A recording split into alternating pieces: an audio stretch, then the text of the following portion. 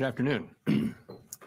My colleagues and I remain squarely focused on achieving our dual mandate goals of maximum employment and stable prices for the benefit of the American people. Our economy is strong overall and has made significant progress toward our goals over the past 2 years. The labor market has cooled from its formerly overheated state. Inflation has eased substantially from a peak of 7% to an estimated 2.2% as of August. We're committed to maintaining our economy's strength by supporting maximum employment and returning inflation to our 2% goal. Today, the Federal Open Market Committee decided to reduce the degree of policy restraint by lowering our policy interest rate by a half percentage point.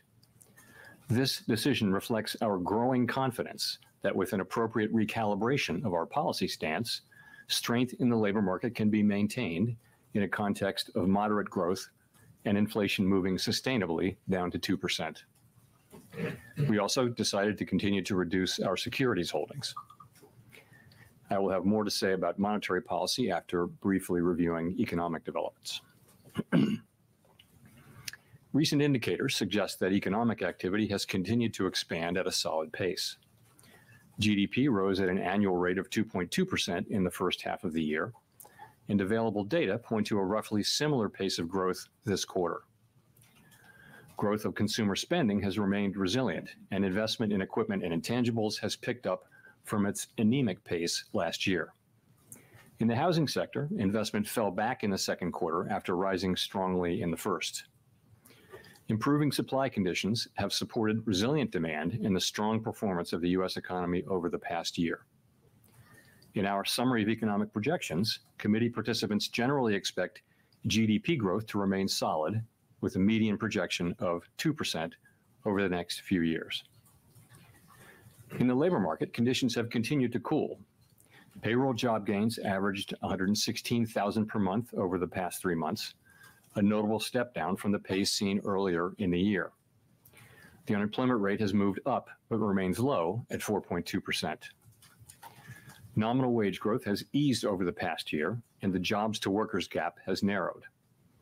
Overall, a broad set of indicators suggests that conditions in the labor market are now less tight than just before the pandemic in 2019. The labor market is not a source of elevated inflationary pressures. The median projection for the unemployment rate in the SEP is 4.4% at the end of this year, 0.4 higher than projected in June. Inflation has eased notably over the past 2 years, but remains above our longer run goal of 2%. Estimates based on the Consumer Price Index and other data indicate that total PCE prices rose 2.2% over the 12 months ending in August, and that excluding the volatile food and energy categories, core PCE prices rose 2.7%. Longer-term inflation expectations appear to remain well anchored, as reflected in a broad range of surveys of households, businesses, and forecasters, as well as measures from financial markets. The median projection in the SEP for total PCE inflation is 2.3% this year and 2.1% next year, somewhat lower than projected in June. Thereafter, the median projection is 2%. Our monetary policy actions are guided by our dual mandate to promote maximum employment and stable prices for the American people. For much of the past 3 years, inflation ran well above our 2% goal, and labor market conditions were extremely tight. Our primary focus had been on bringing down inflation, and appropriately so. We are acutely aware that high inflation imposes significant hardship as it erodes purchasing power, especially for those least able to meet the higher costs of essentials like food, housing, and transportation.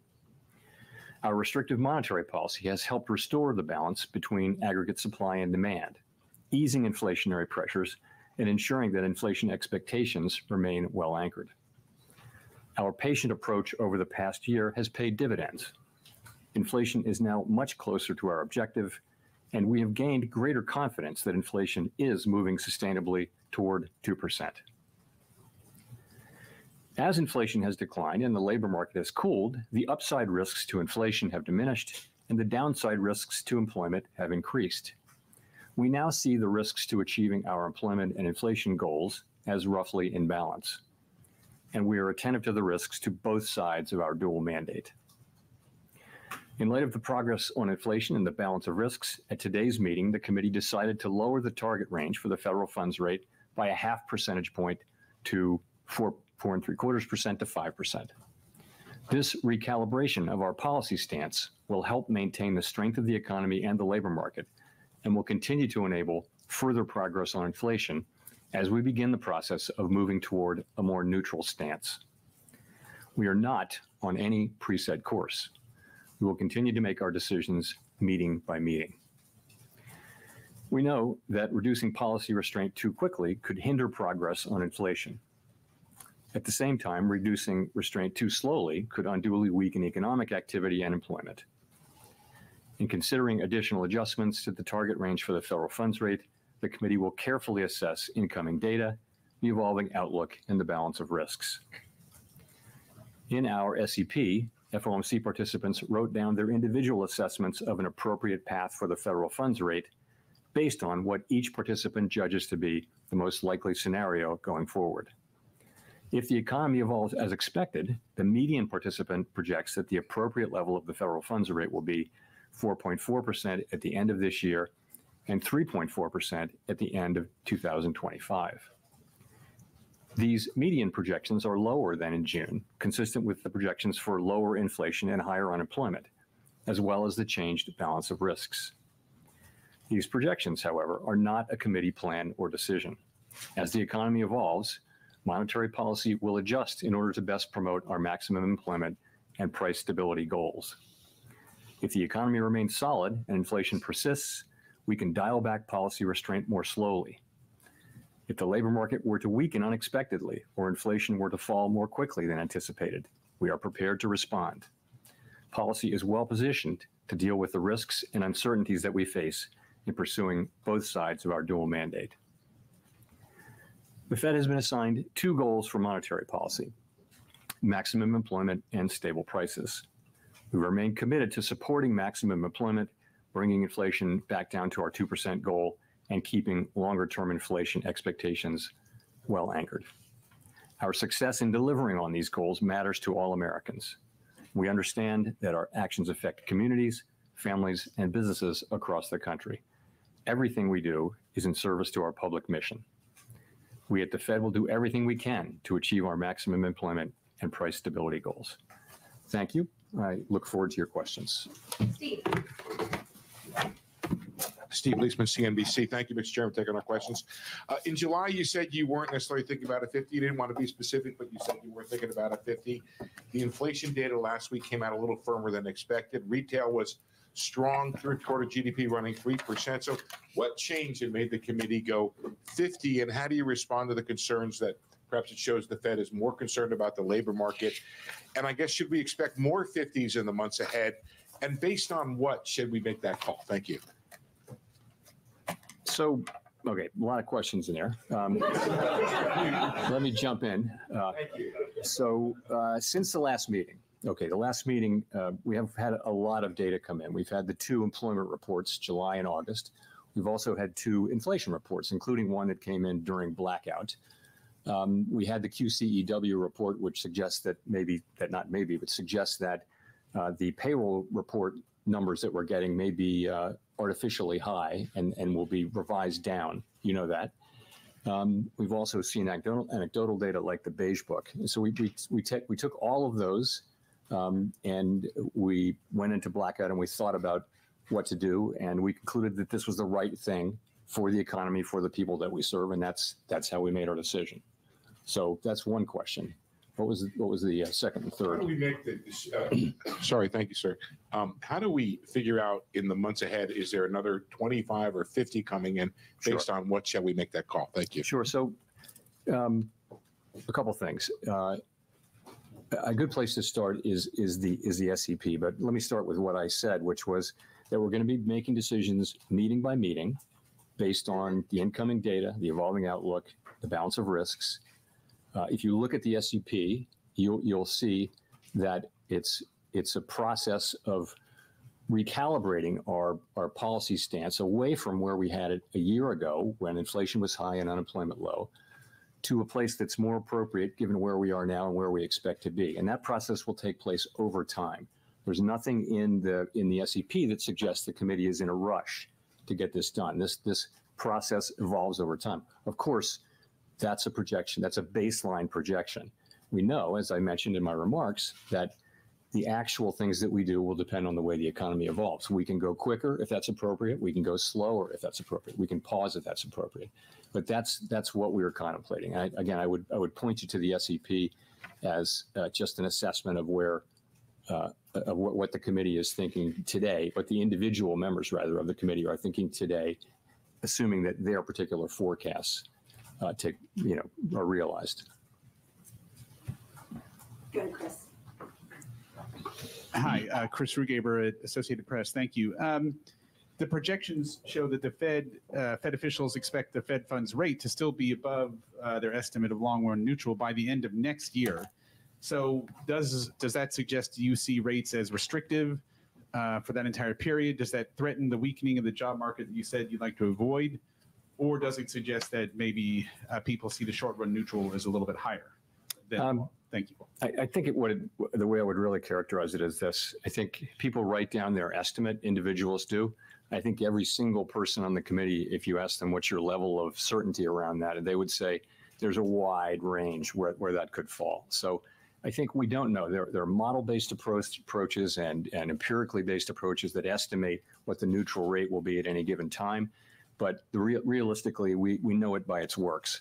So that leaves us in a place where we expect in the base case to be continuing to remove restriction, and we'll be looking at the way the economy reacts to that, and that'll be guiding us in our thinking about the question that we're asking at every meeting, which is our policy stance the appropriate one? We know, if you go back, we know that the policy stance we adopted in July of 2023 came at a time when unemployment was 3.5% and inflation was 4.2%. Today, unemployment is up to 4.2%. Inflation's down to a few tenths above 2. So we know that it is time to recalibrate our policy to something that is more appropriate given the progress on inflation and on employment moving to a more sustainable level. So that the balance of risks are now even. And this is the beginning of that process. I mentioned the direction of which is toward a sense of neutral. And we'll move as fast or as slow as we think is appropriate in real time. But what you have is our individual accumulation of individual estimates of what that will be in the base case. Howard. Howard Schneider with Reuters. How close was this in terms of the decision? You do have the first dissent by a governor since 2005, I think. Was the weight clearly in favor of a 50, or was this a very close decision? I think we had a good discussion. If you go back, I talked about this at Jackson Hole, but I didn't address the question of the size of the cut, left it open. And I think we left it open going into blackout. And so there was a lot of discussion back and forth, good diversity of opinion, excellent discussion today. I think there was also broad support for the decision that the committee voted on. So I would add, though, look at the SEP. All 19 of the participants wrote down multiple cuts this year, all 19. That's a big change from June, right?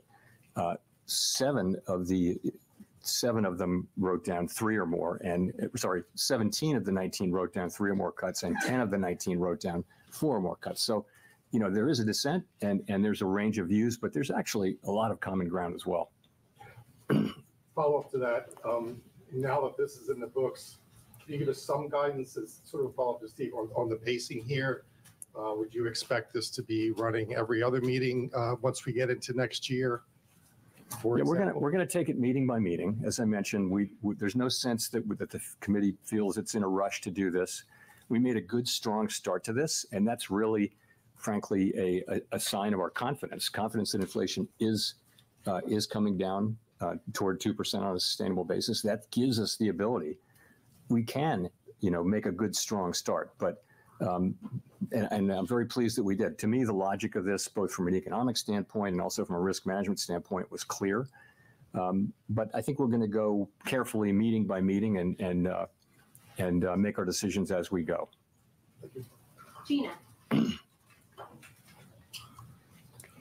Hi, Chair Powell. Gina Smilik, the New York Times. Thanks for taking our questions. You and your colleagues in your economic projections today see the unemployment rate climbing to 4.4% and staying there. Obviously, historically, when the unemployment rate climbs that much over a relatively short period of time, it doesn't typically just stop. It continues increasing. And so I wonder if you can walk us through why you see the labor market stabilizing, sort of what's the mechanism there, and what do you see as the risks? So again, the labor market is actually in solid condition. And our intention with our policy move today is to keep it there. You can say that about the whole economy. The U.S. economy is in good shape. It's growing at a solid pace. Inflation is coming down. The labor market is in a strong pace. We want to keep it there. That's what we're doing. Sorry, Nick.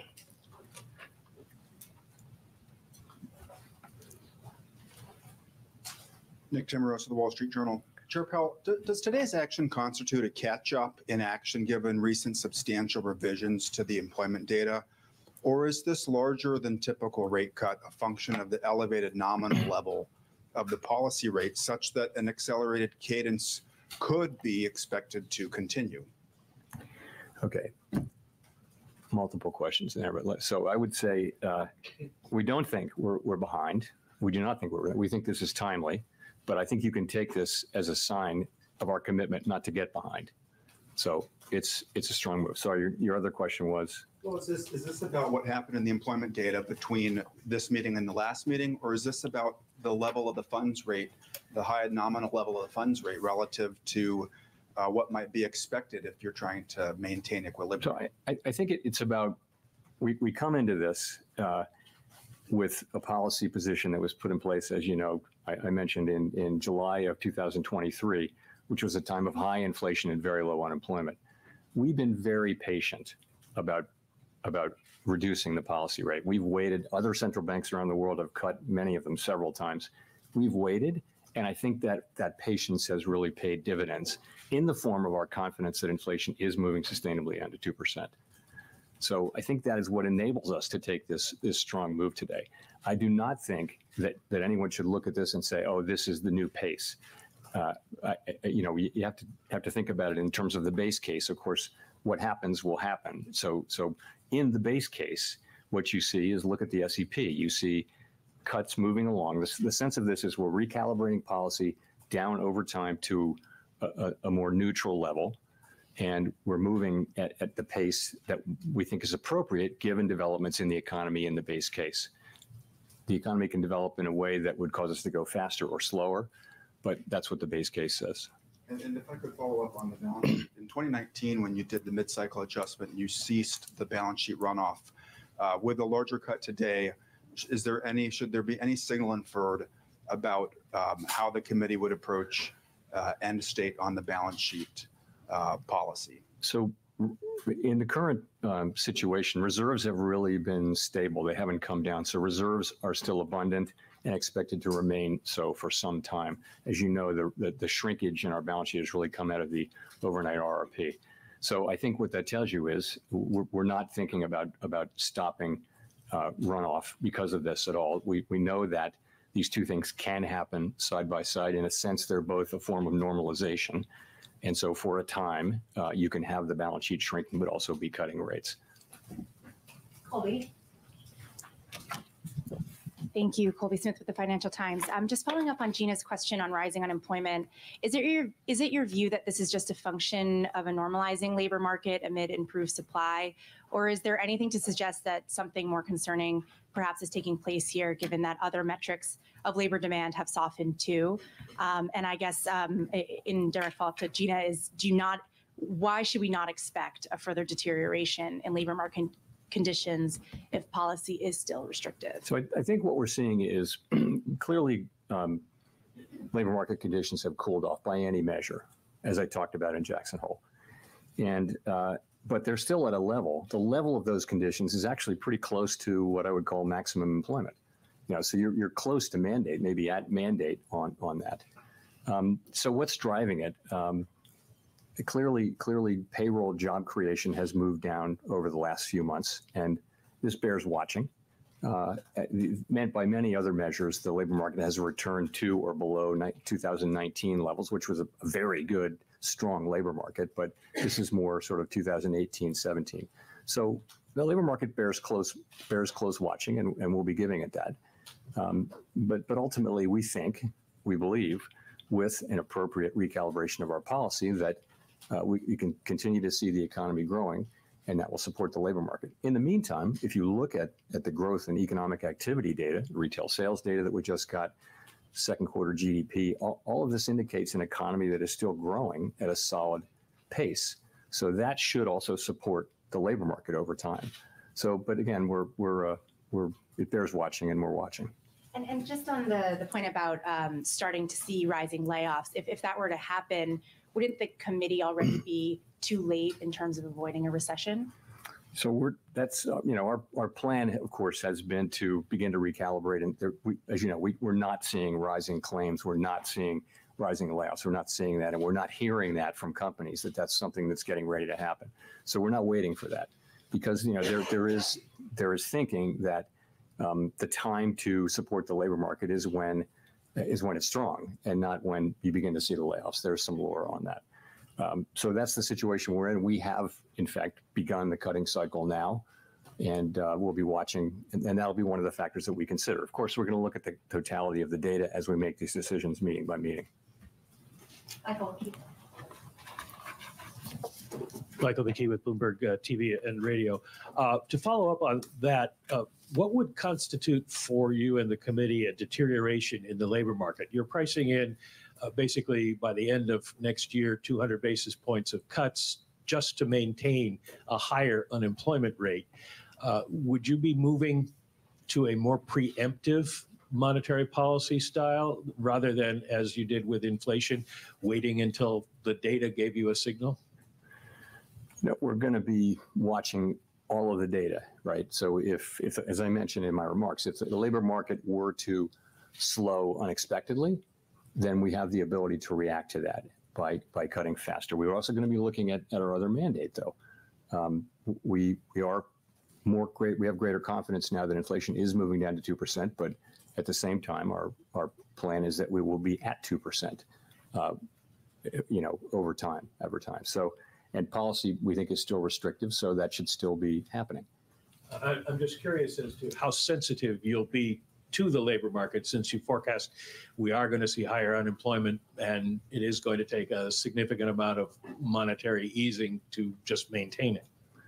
So, what I would say is we don't think we need to see further loosening in labor market conditions to get inflation down to 2%. But we have a dual mandate, and I think you can take this whole action as take a step back. What have we been trying to achieve? We're trying to achieve a situation where we restore price stability without the kind of painful increase in unemployment that has come sometimes with disinflation. That's what we're trying to do. And I think you can take today's action as a sign of our strong commitment to achieve that goal. Rachel. Hi, Chair Powell. Rachel Siegel from the Washington Post. Thanks for taking our questions. You're describing this view that you don't think you're behind when it comes to the job market. Can you walk us through the specific data points that you found to be most helpful in the discussions at this meeting? You've mentioned a couple, but would you be able to walk us through what that dashboard told you as far as what you know about the job market now? Sure. So we'll start with unemployment, which is the single most important one probably. You're at 4.2%. That's, I know that's higher than we were used to seeing numbers in the mid and even below mid threes last year. But if you look back over the sweep of the years, that's a very healthy unemployment rate. And anything in the low fours is a good labor market. So that's one thing. Participation is at high levels. It's, we're right adjusted for demographics, for aging. Participation's at pretty high levels. That's a good thing. Wages are still a bit above what would be their wage increases, rather, are still just a bit above where they would be over the very longer term to be consistent with 2% inflation, but they're very much coming down to what that sustainable level is. So we feel good about that. Vacancies over, per unemployed is back to what is still a very strong level. It's not as high as it was. That number reached 2 to 1, 2 vacancies for every unemployed person, as measured. It's now below around 1, but that's still a very good number, I would say. Quits have come back down to normal levels. I mean, that could go on and on. There are many, many employment indicators. What do they say? They say this is still a solid labor market. The question isn't the level. The question is that there has been change particularly over the last few months. And, so what we say is as the risks, the upside risks to inflation have really come down, the downside risks to employment have increased. And because we have been patient and held our fire on cutting while inflation has come down, I think we're now in a very good position to manage the risks to both of our goals. And what do you expect to learn between now and November that will help inform the scale of the cut at the next meeting? More data, the usual. Don't look for anything else. We'll see another labor report. We'll see another jobs report. I think we get a second jobs report on the day of the meeting, I think. No, on the Friday before the meeting. And inflation data. We'll get all this data. We'll be watching. It's always a question of look at the incoming data and ask what are the implications of that data for the evolving outlook and the balance of risks, and then go through our process and think what's the right thing to do. Is policy where we want it to be to foster the achievement of our goals over time? So that's what it is, and that's what we'll be doing. Neil. Thanks. Hi, Chair Powell. Neil Irwin with Axios. We've only been running a little above 100,000 jobs a month on payrolls the last 3 months. Do you view that level of job creation as worrying or alarming, or would you be content if we were to kind of stick at that level? And relatedly, one of the welcome trends of the last couple of years has been labor market steam coming out through job openings falling rather than job losses. Do you think that trend has further to run, or do you see risk that further labor market cooling will have to come through job losses? So on the job creation, it depends on the inflows, right? So if you're having millions of people come into the labor force, and you're creating 100,000 jobs, you're going to see unemployment go up. So it really depends on what's the trend underlying the volatility of people coming into the country. We understand there's been quite an influx across the borders, and that has actually been one of the things that's allowed unemployment rate to rise. And the other thing is just the slower hiring rate, which is something we also watch carefully. So it does depend on what's happening on the supply side. And on the beverage curve question, yes. So we all felt on the committee, not all, but I think everyone on the committee felt that job openings were so elevated that they could fall a long way before you hit the part of the curve where job openings turned into higher unemployment, job loss. And yes, I think we are. It's hard to know that you can't know these things with great precision, but certainly it appears that we're very close to that point, if not at it, so that further declines in job openings will translate more directly into unemployment. But it's been a great ride down. I mean, we've seen a lot of tightness come out of the labor market in that form without it resulting in lower employment. Thanks, Chair Powell. Edward Lawrence, Fox Business. So we've heard some speculation that you may be going with the federal funds rate to 3.5%, maybe under 4%. And there's basically an entire generation that has experienced zero or near zero federal funds rate. Now some think we're heading in that direction again. What's the likelihood that cheap money is now the norm? So this is a question. You mean after we get through all of this? It's just a great question that we can only speculate about. Intuitively, many people anyway would say we're probably not going back to that era where there were trillions of dollars of sovereign bonds trading at negative rates, long-term bonds trading at negative rates. And it looked like the neutral rate might even be negative. So people were issuing debt at negative rates. It seems that's so far away now. My own sense is that we're not going back to that. But honestly, we're going to find out. But it feels to me and that the neutral rate is probably significantly higher than it was back then. How high is it? I just don't think we know. It's, again, we only know it by its works. One more. How do you respond to the criticism that will likely come that a deeper rate cut now before the election has some political motivations? Yeah, so, this is my fourth presidential election at the Fed, and, it's always the same. We're always going into this meeting in particular and asking what's the right thing to do for the people we serve. And we do that, and we make a decision as a group, and then we announce it. And that's always what it is. It's never about anything else. Nothing else is discussed. And I would also point out that the things that we do really affect economic conditions for the most part with a lag. So nonetheless, this is what we do. Our job is to support the economy on behalf of the American people.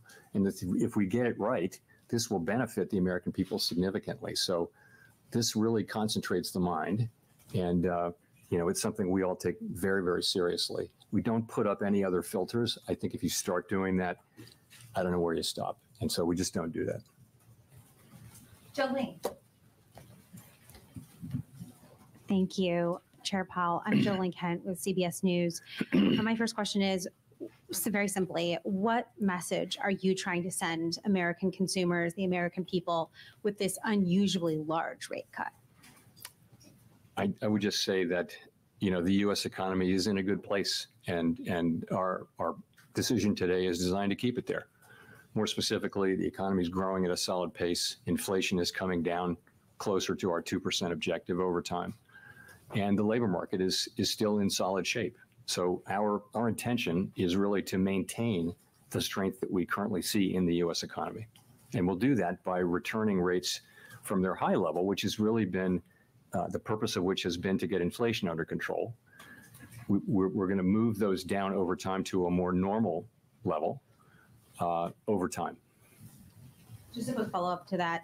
Listening to you talk about inflation moving meaningfully down to 2%, is the Federal Reserve effectively declaring a decisive victory over inflation and rising prices? No, we're not. So inflation, what we say is we want inflation, the goal is to have inflation move down to 2% on a sustainable basis. And, we're not really, we're close, but we're not really at 2%.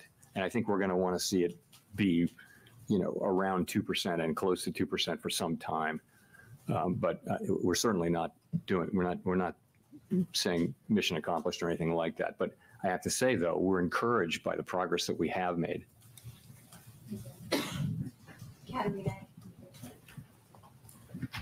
Hi, Katerina Saraiva with Bloomberg News. I just would love to know kind of how the committee is thinking about the persistence we've seen in housing inflation. Do you think you can return to 2% with housing inflation where it is? Yeah. So housing inflation is the one piece that is kind of dragging a bit, if I can say.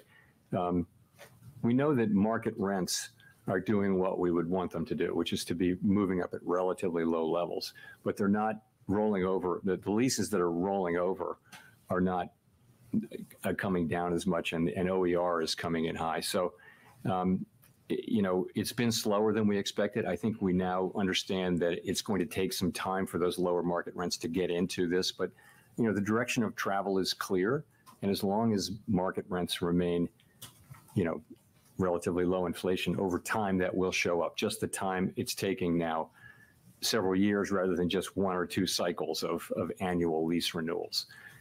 So I think we understand that now, but I don't think the outcome is in doubt. Again, as long as market rents remain under control, the outcome is not in doubt. So I would say it's the rest of the portfolio, or of the elements that go into core PCE inflation have behaved pretty well.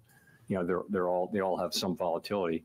We will get down to 2% inflation, I believe, and I believe that ultimately we'll get what we need to get out of the housing services piece too.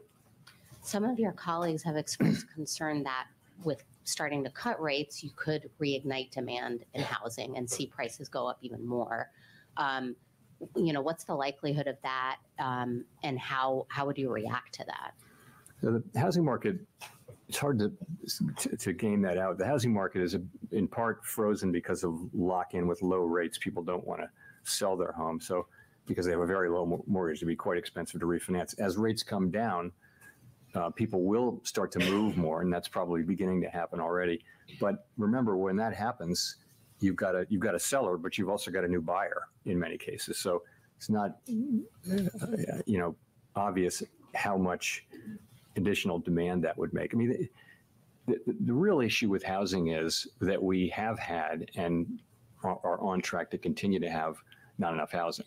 And so it's going to be challenging. It's hard to zone lots that are in places where people want to live. It's all of the aspects of housing are more and more difficult. And, where are we going to get the supply? And this is not something that the Fed can really fix. But I think as we normalize rates, you'll see the housing market normalize. And I mean, ultimately, by getting inflation broadly down and getting those rates normalized and getting the housing cycle normalized, that's the best thing we can do for householders. And then the supply question will have to be dealt with by the market and also by government. Victoria. Hi, Victoria Guido with Politico. Just following up on some of the labor market talk earlier, monetary policy operates with long and variable lags.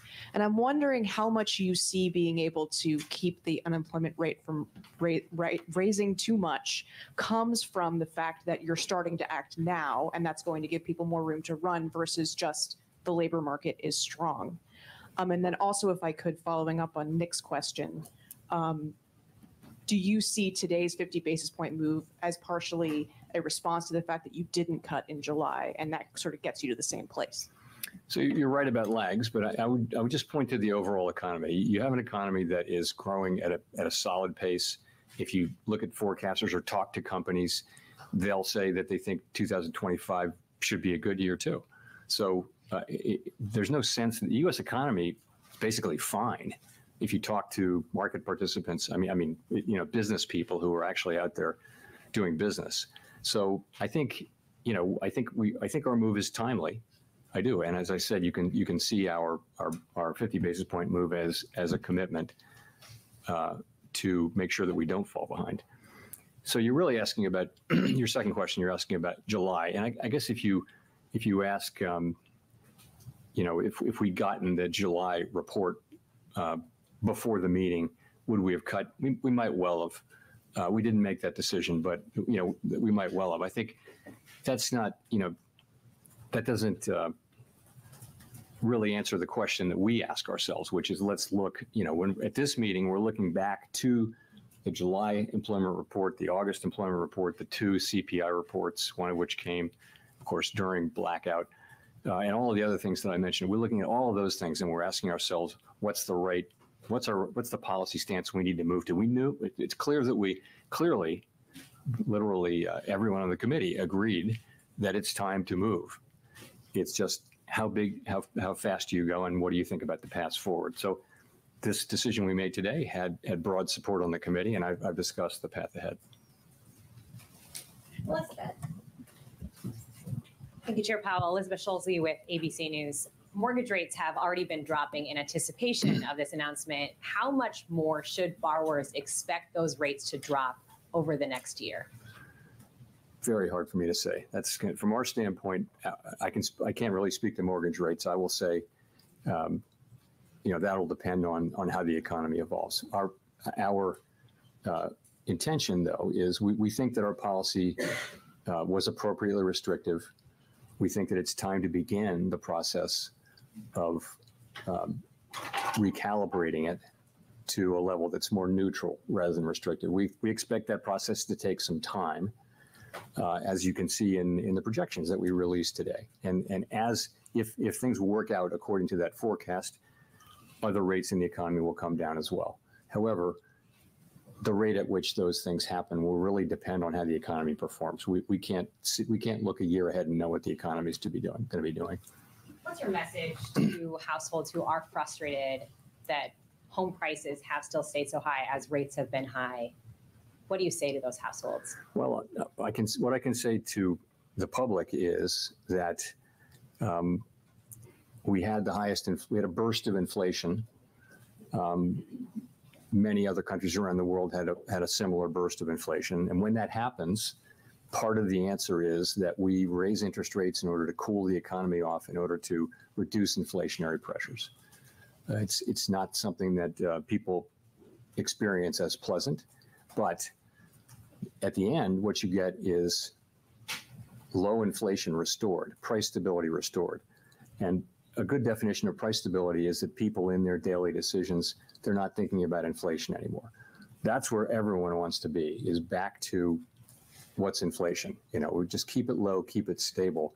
We're restoring that. So what we're going through now really, it restores, it will benefit people over a long period of time.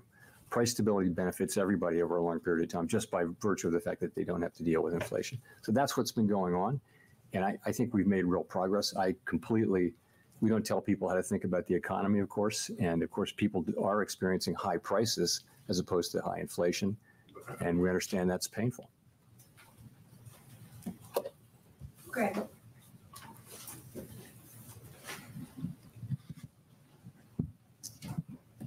Hi, Chair Powell. Greg Robb from MarketWatch.com. I was wondering if you could go through, you said just at the beginning that coming into the blackout, there was like an open thought of 25 or 50.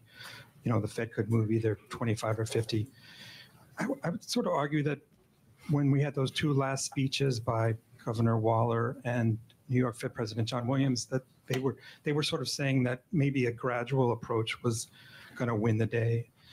I mean, I sort of want to ask a 7-part question about this, but I mean, would you have cut rates by 50 basis points if the market had been pricing in like low odds of a 50-point move like they were last Wednesday? After the CPI number came out, it was a really small probability of a 50-point cut. Does that play in your consideration at all? Just talk a little bit about that. Thank you. We're always going to try to do what we think is the right thing for the economy at that time. That's what we'll do. And that's what we did today. Simon. Thank you, Chair Powell. Simon Rabinovich with The Economist. You've mentioned how closely you're watching the labor market, but you also noted that payroll numbers have been a little bit less reliable lately because of the big downward revisions. Does that put your focus overwhelmingly on the unemployment rate? And given the SEP projection of 4.4 basically being the peak in the cycle, would going above that be the kind of thing that would trigger another 50 basis point cut? So we will continue to look at that broad array of labor market data, including the payroll numbers. We're not discarding those. I mean, we'll certainly look at those, but we will mentally tend to adjust them based on the QCEW adjustment, which you referred to. There isn't a bright line. It will be, the unemployment rate's very important, of course, but there isn't a single statistic or a single bright line over which that might move that would dictate one thing or another. We'll look at each meeting, we'll look at all the data on inflation, economic activity, and the labor market, and we'll make decisions about, is our policy stance where it needs to be to foster over the medium term our mandate goals. Yeah, so I can't say we have a bright line in mind. Matt Egan. Thanks, Chair Powell. Matt Egan from CNN. I know that you discussed earlier how the Fed does whatever the right thing is and nothing else factors in. But in general, can you talk about whether or not you believe a sitting U.S. president should have a say in Fed decisions on interest rates? Because that's something that former President Trump, who obviously appointed you, has previously suggested. And I know the Fed is designed to be independent, but why? Can you tell the public why you view that so important? Sure. So countries that are democracies around the world, countries that are sort of like the United States, all have what are called independent central banks. And the reason is that people have found over time that insulating the central bank from direct control by political authorities avoids making monetary policy in a way that favors maybe people who are in office as opposed to people who are not in office. So that's the idea, is that, and I think the data are clear that countries that have independent central banks they get lower inflation. And so we do our work to serve all Americans. We're not serving any politician, any political figure, any cause, any issue, nothing. It's just maximum employment and price stability on behalf of all Americans. And that's how the other central banks are set up too. It's a good institutional arrangement, which has been good for the public. And I hope and strongly believe that it will, continue. Kyle. Kyle Campbell for American Banker. Thanks for taking the questions, Chair Powell. A couple regulatory developments in the past week that I want to ask you about. First, last week, Vice Chair for Supervision, Michael Barr, outlined his views for the changes to the Basel III Endgame. I'm wondering if you are in alignment with him on what those changes should be, if those have support on the board in a broad way that you're looking for, and if you think the other agencies are also fully on board with that approach. And then yesterday, other banking regulators. You know what? Hold the second question. Okay, sure. We'll give you the second question. So the answer to your question is that, yes, those changes were negotiated between the agencies with my support and with my involvement, with the idea that we were going to repropose the changes that Vice Chair Barr talked about, and then take comment on them. So yes, that is, that's happening with my support. Okay. Is there a date for that? That's not a final proposal, though. You understand? We're putting them out for comment. We're going to take comment and make appropriate changes. We don't have a calendar date for that. And as for the other agencies, the idea is that we're all moving together. We're not moving separately. So that I don't know exactly where that is, but the idea is that we will move as a group to put this again out for comment, and then the comments will come back 60 days later, and we'll dive into them, and we'll try to bring this to a conclusion sometime in the first half of next year. Right. And then yesterday there were merger reform finalizations from the other bank regulators. Well, what does the Fed have to do to align itself on merger? I would bounce that question to Vice Chair Barr. It's a good question, but I don't have that today. Thanks. Okay, Jennifer for the last question. Thank you, Chair Powell. Jennifer Schonberger with Yahoo Finance. You said earlier that the decision today reflects with appropriate recalibration strength in the labor market that can be maintained in the context of moderate growth. Even though the policy statement says you view the risks to inflation and job growth as roughly balanced. Given what you've said, though, today, I'm curious, are you more worried about the job market and growth than inflation? Are they not roughly balanced? No, I think, and we think they are now roughly balanced. So if you go back for a long time, the risks were on inflation. We had a historically tight labor market, historically tight. There was a severe labor shortage. So very hot labor market, and we had inflation way above target. So, that said to us, concentrate on inflation, and we did for a while, and we kept at that. The stance that we put in place 14 months ago was a stance that was focused on bringing down inflation. Part of bringing down inflation, though, is cooling off the economy and a little bit cooling off the labor market. You now have a cooler labor market in part because of our activities. So what that tells you is it's time to change our stance. So we did that. The sense of the change in the stance is that we're recalibrating our policy over time to a stance that will be more neutral. And today I think we made a good, strong start on that. I think it was the right decision, and I think it should send a signal that that we're committed to coming up with a good outcome here. Is the economy more vulnerable to a shock now that could tip it into recession? I don't think so. I don't. As I look, well, let me look at it this way. I don't see anything in the economy right now that suggests that the likelihood of a recession, of a downturn is elevated. Okay, I don't see that. You see growth at a solid rate. You see inflation coming down, and you see a labor market that's still at very solid levels. So I don't really see that. No, thank you. Thank you.